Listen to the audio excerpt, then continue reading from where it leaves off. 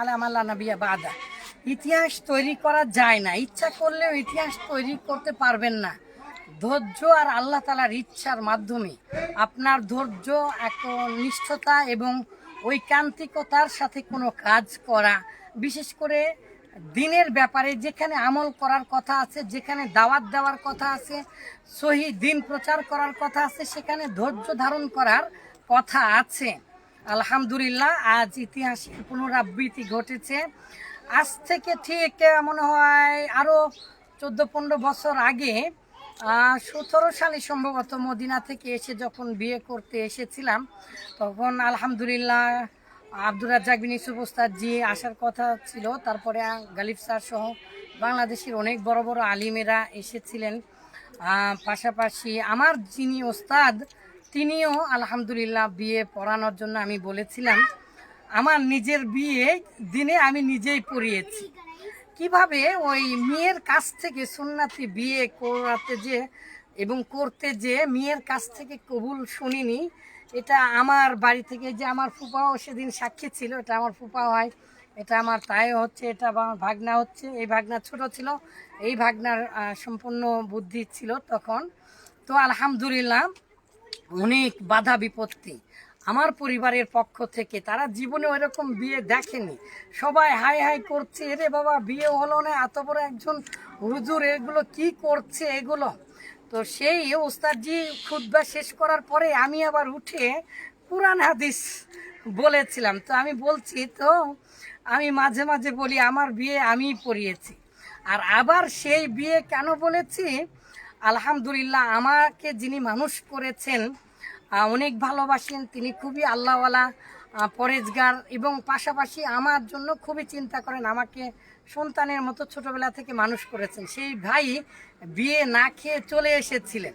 আলহামদুলিল্লাহ সেই ভাইয়েরই মেয়েকে আলহামদুলিল্লাহ আমরা কোরআন এবং সহি সুন্নাহ অনুপাতে আমি নিজে ভাইকে হাত ধরে আবার সেই পদ্ধতিতে কোরআন এবং সহি সুন্নাহ মোতাবেক বিয়ে দিয়েছি। আর ইতিহাস কেন তৈরি করা যায় না ওটাও লিখেছি, যে ইতিহাস আসলে তৈরি করা যায় না। শেক্সপিয়ার একদিন দেখছিলেন আকাশের দিকে গেস্ট বার্ড, ওই অতিথি পাখিগুলো উড়ে যাচ্ছিল। তো একজন পাখি এভাবে উড়ে উড়ে যাচ্ছিল সবার আগে, নির্দিষ্ট কিছু সময় পরে একটা ঝাপটা দিচ্ছিল। কিন্তু আসলে মহান আল্লাহ তাআলার কি ইচ্ছা, ওই শেক্সপিয়ার সেদিন লিখেছিল, leadership is not given, it is earn. নেতৃত্বটা দেওয়া হয় না, নেতৃত্বটা অর্জন করে নিতে হয়। কিন্তু ইসলাম এটা বলে না। ইসলাম বলে আল্লাহ তাআলার পক্ষ থেকে নেতৃত্বটা আসে, আর নেতৃত্বটা চাইতে হয় না। আর আল্লাহ তাআলা যাকে কল্যাণ দান করেন, তাকে জ্ঞানের দান করেন, দিনের জ্ঞান দান করেন, আর তাকে নেতৃত্ব দেন। আলহামদুলিল্লাহ সেই একই বিবাহ, আলহামদুলিল্লাহ আমার ভাস্তির বিয়ে হলো সহি সুন্নাহ মোতাবেক। সেই ভাইকে নিয়ে এসে আবার আলহামদুলিল্লাহ বিয়ে খেলাম।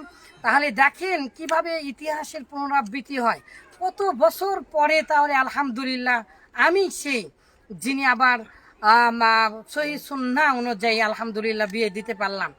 যদিও বা আমি আমার নিজের খুতবা দিয়েছি, বলছি এটা এভাবেই ধৈর্য এবং হিকমাতের সাথে চললে ইনশাআল্লাহ বিজয় একদিন হবে। আমি অনেক মানুষকে নিয়ে আসতে পারতাম, আমরা বিয়ে বাড়িতে এসেছি, আমার এই ফুপা সেদিন ছিল আর এই ভাগনা সেদিন ছিল, তাই আমি বললাম আলহামদুলিল্লাহ আমার পরিবারের জন্য দোয়া করবেন।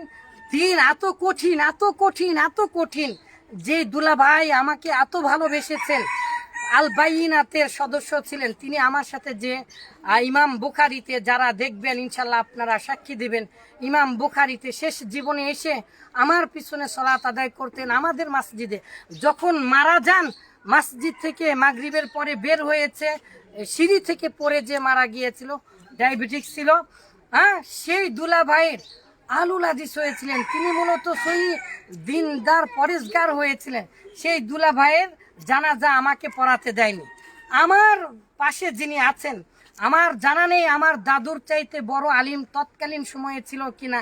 এখানে ডক্টর মোহাম্মদ শহীদুল্লাহ, এই আমি ইতিহাস জানি, পড়েছি, আমার কাছে লিখিত আছে। ডক্টর মোহাম্মদ শহীদুল্লাহ এই আপনার ওই বগুড়ার আজিজুল হক কলেজে ছিল, সেখানে ঘোড়া নিয়ে দাদুর সাথে দেখা করতে আসতো। আমার দাদুর জামাই আমার এই ফুপা, আমার নিজের ফুপা, সেই ফুপা অবশ্যই জানবে, তিনি এত বড় একজন আলিম ছিলেন আলহামদুলিল্লাহ। তারপরে সেই সেই দাদুর নিজের স্ত্রী, মানে আমার দাদি, আমার অবশ্য 3 নাম্বার দাদি ছিল সেটা। আমার দাদু অনেক দিন বেঁচে ছিলেন, 110 বছর। সেই সময় সেই দাদির পড়াতে পারিনি আমি, সেই দাদির জানাজা পড়াতে পারিনি আমি। গতকাল যে ভাই, আল্লাহু আকবার, আমি খুবই ধন্য, আমার গতকালকে ভাই মারা গিয়েছে। আমি এই জন্য ধন্য, আল্লাহর কাছে সেজদায় শুকুর করেছি। সবার পরে কবর থেকে গিয়েছি যে আমি আমার বড় ভাইয়ের অনুমতি সাপেক্ষে, আমি আমার ভাস্তার কাছ থেকে অনুমতি নিয়ে আমি সুন্নাতি তরিকায় যে দোয়াগুলো রাসূলুল্লাহ সাল্লাল্লাহু আলাইহি ওয়াসাল্লাম করেছিলেন, সেই দোয়াগুলো পড়ে আমার ভাইয়ের মাটি দিতে পারছি আলহামদুলিল্লাহ। জানাজার সালাত আমি পড়াতে পারছি। অসংখ্য মানুষ, অনেক সময় গেলে মানুষের কোথাও গেলে নামাজ পড়াতে পারি না, এইরকম করে ভয়ে থাকি। কারণ আমরা এইবারে রমজান মাসে কি হয়েছিল জানেন? দিনাজপুরের মানুষের কাছে শোনেন, দিন এত সহজ নয়। সৌদি থেকে আমাকে, আমবেসি থেকে আলহামদুলিল্লাহ আমাকে নিয়োগ দেওয়া হয়েছিল, একটা মসজিদ পাইনি। পাশে যেখানে বাসা ছিল সেখানেই একটা বিশাল বড় মসজিদ করে দিয়েছে। যে নানা মসজিদ করে দিয়েছে, তার বাবা ওই মসজিদের টাকা নিতে যে আব্দুল্লাহ কাফি আল কুরাইশির হাত থেকে টাকা নিয়ে আসার সময় যেতে মারা গিয়েছেন, সেই মসজিদে খুতবা দিতে দেয়নি। কি জন্য? আমরা বলে কাউলা হুজুর।